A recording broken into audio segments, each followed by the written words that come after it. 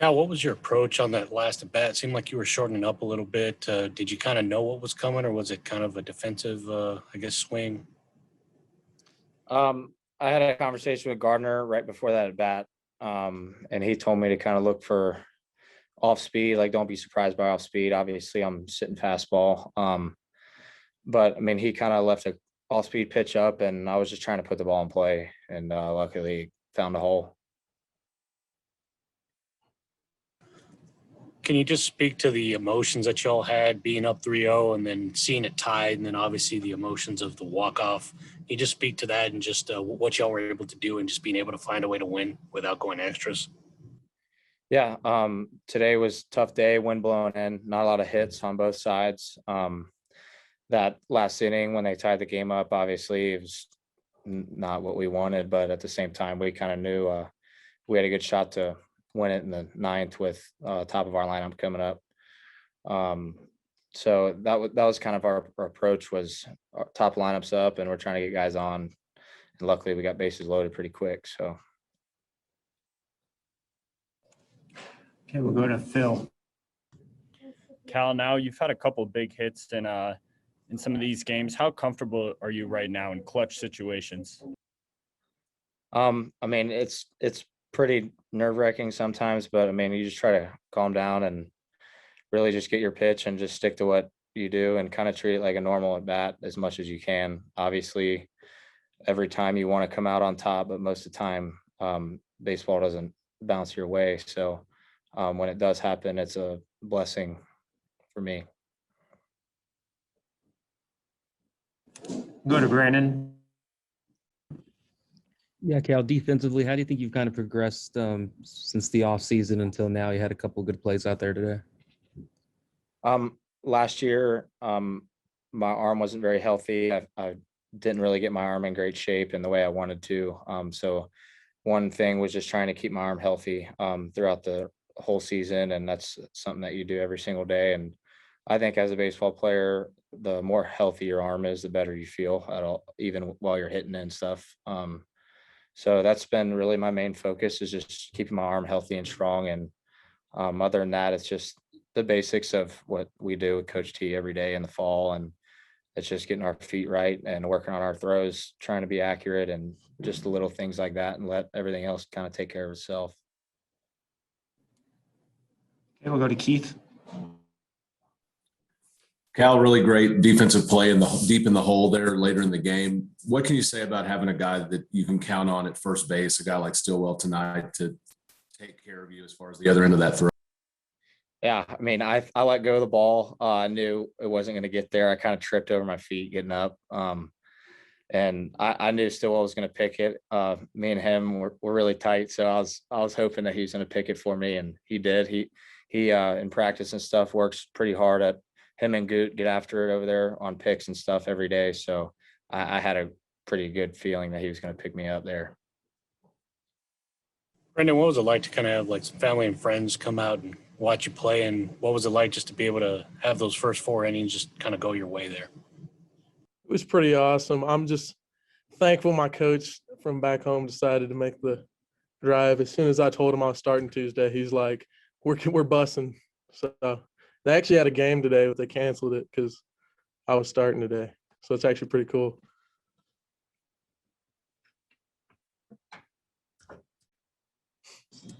All right, we'll go to Phil. Brendan, you got 8 groundouts in 4 innings, only 1 strikeout. How much of your game is sort of pitching to contact and getting guys to hit on the ground, or is that more sort of just how it played out today? You know, I think it's just kind of how it played out today. I just knew if I threw strikes, I mean, the wind was at my advantage today, and I was like, if I throw strikes, my defense is going to make plays, and they're going to get runs on the board. So I just threw it over the plate and let it see what happened. Just, yeah. We'll go to Keith. Yeah, kind of following up on Phil, Brendan. I mean, not a day full of strikeouts and like a ton of excitement, from the pitcher side. How do you stay locked in that situation? Then you add on, the whole town comes to support you, canceling games and stuff. I know that's a fun day, but how do you stay focused out there? Gardner's always kind of said to me, one pitch at a time. Like, I mean, just keep doing that. And I mean, I trusted my defense to make plays, so I just tried doing my job, just throw strikes and get ground balls, whatever it takes.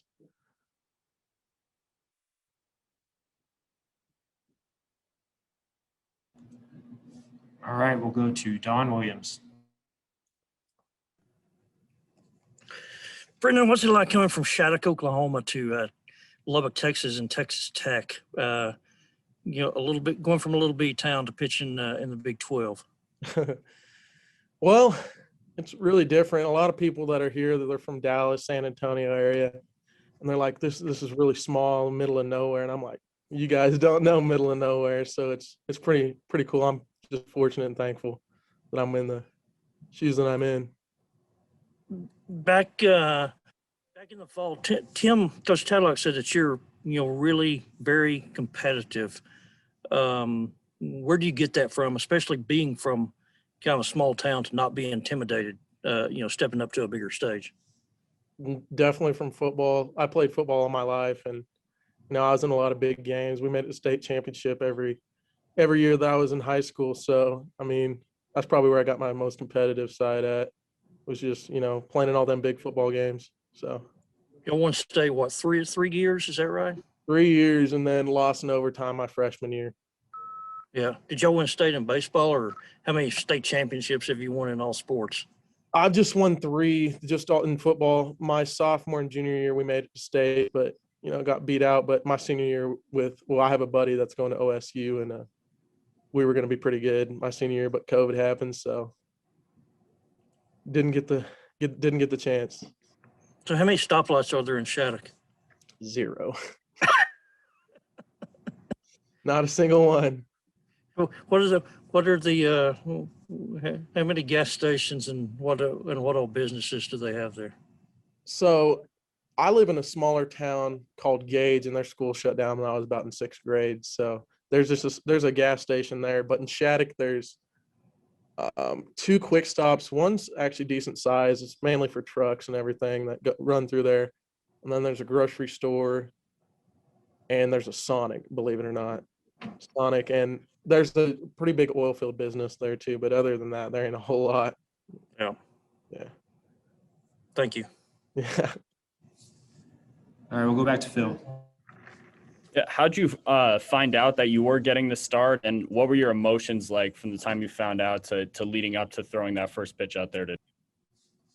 I found out Sunday after the game, and I wasn't really honestly too nervous. I was ready because, I mean, even in all the inter squads, like I usually pitched on Saturday, and I was like one of the guys that started on inter squads days. So like I was kind of used to it, but I don't know. I just tried to not do too much and just pound the zone, really. Coach, I'll start off with the pitching performance of Brendan. I guess just to kind of see the kind of neat deal of his town kind of coming to support him. I guess for you, just to kind of see that type of support, I guess what was that like, just to kind of see that for him? Yeah, I guess his whole high school baseball team was here, bunch of buddies. I think they ought to show up every time he pitches. I mean, that's really cool, and a great family and a great kid, and all those guys threw the ball really well. Going to the 9th, obviously, the pitching changed a little bit to where you guys gave up those 3. I guess what was the mentality of that bullpen, or I guess just what's the learning lesson they can take away from that, knowing that y'all kind of took the win after that and were able to kind of turn things around? Yeah, I think it's just one of those things. It's the mental game's just really interesting side of all sports and all athletic events, and really easy for your mind to go to the end, and for a kid to really go to, hey, I'm about to get a save, we're about to win the game, and next thing you know, there's a couple guys on base, and you're trying to make a pitch and trying to get back in the moment, and maybe it's a little harder. And so I think the biggest thing is just to understand it's human nature. It's very easy to do, and but the best have a way to get back into that moment and to execute pitches, and it's definitely a good lesson.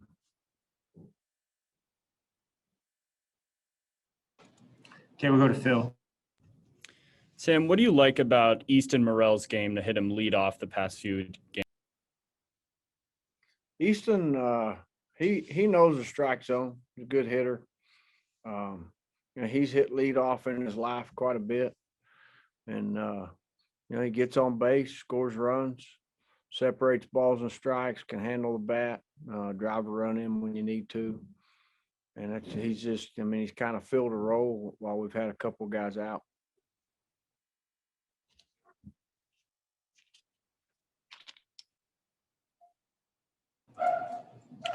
Okay, we'll go to Keith.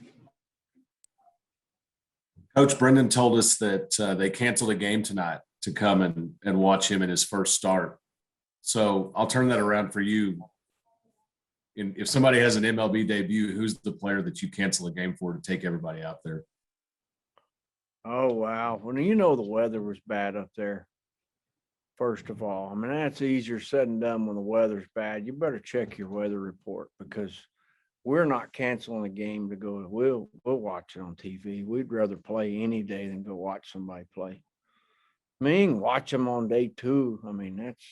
Now we'll go if we can. Obviously. But that's yeah, you better check the weather in Oklahoma.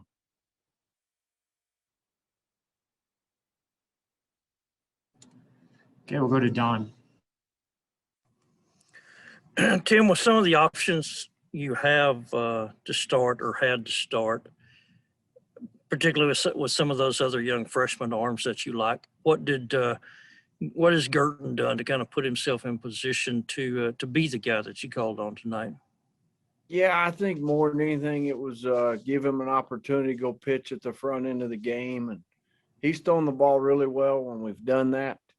In a practice setting, inter-squad setting, he's always thrown the ball well when he's the first guy out. And most of these kids that's what they've been. They've been starters, and he's got really good stuff. We just felt like it was an avenue to get him on the mound for sure and let him throw some pitches. Now, how do you pick between him and the other ones? That's a really good question. Because you could really flip a coin between him and Hampton, especially. I was going to say, who are you thinking you're going to go with tomorrow? Yeah, we'll have to talk about it. We talked about Hey Key earlier today. We haven't told anybody yet. And when you get to the weekend, is it logical to put Mason Montgomery back in there since you just lost one of your weekend starters? Or yeah, absolutely. Yeah, him and Michael will definitely be in there. What more do you know on Birdsell after what came out today? I don't have any more details other than it's shoulder and it's rotator cuff. I don't know details of how bad the tear is. I'm sure when somebody needs those details, what I mean is like a pro team or something like that, they can get the medical and they'll have the details. But he's going to be out, Don, for some time. We obviously, a guy puts himself in a position like he did professionally and throwing the ball as well as he was. Even if he was healthy, I don't know that he would pitch. Again, we'll have to cross that bridge if he does get healthy. Is it too early to tell whether he would need a surgery or not, or would try to treat it with with rest or what have you? I do know that they did say they thought he could, it would be a rest and, rehab type deal. But there was some kind of tear in there from what you're understanding? Definitely a strain. I don't even want to say because I don't know. I don't think you would. I think really what we need to do is defer those questions probably to Brian and Brian Simpson and Dr. Fye and Dr. Crawford and all those guys. Yep. I just know he can't pitch, and that's it's not usually not just because it's sore. Yep. It's unfortunate for sure. All right, we'll go back to Keith. So since Don's totally taken us off the reservation here, back to the game that you guys just played. What can you say about Cal and coming up there, that kind of approach late and just kind of doing what needs to be done, choking up and taking care of business? Yeah, today is an interesting at bat. Cal went to the plate and obviously Stillwell, they walked him, and Cal didn't even look over 0-0. And I thought, man, he's a good enough baseball player to maybe just take a strike here and put together a really good professional at bat. I was giving him a hard time because he got in a fastball count 1-0 and kind of let it eat a little bit. And then he got in another fastball count and did the same thing. Like, okay, what are we doing here? And then he did. He he shortened everything up and put a ball in play. Really cool. I mean, that was, nobody wanted to lose the game, obviously, the way it went down in the ninth. Okay, we'll go to Brandon. Yeah, Coach, you mentioned Chase Hampton. Just what do you think about his night? And did you maybe think about letting him, go in an extra inning and just, or did you kind of just plan on letting him go to and change to Andrew right there? Yeah, we needed to get all those guys in the game, and we needed to pitch them. And I mean, obviously, all those guys are big keys for us. Andrew, Bridges, Webster, Hampton, Sanders, every one of them. And really just thought, to give Divine a clean inning would be good for him. Probably, I would say the last couple of times he's pitched, he's come in and with a lot of traffic. And he did fine until he got 2 outs, right? And just put a couple guys on. And again, it's a really good moment for him to to understand that just keep executing pitches, and we'll let him know when the inning's over.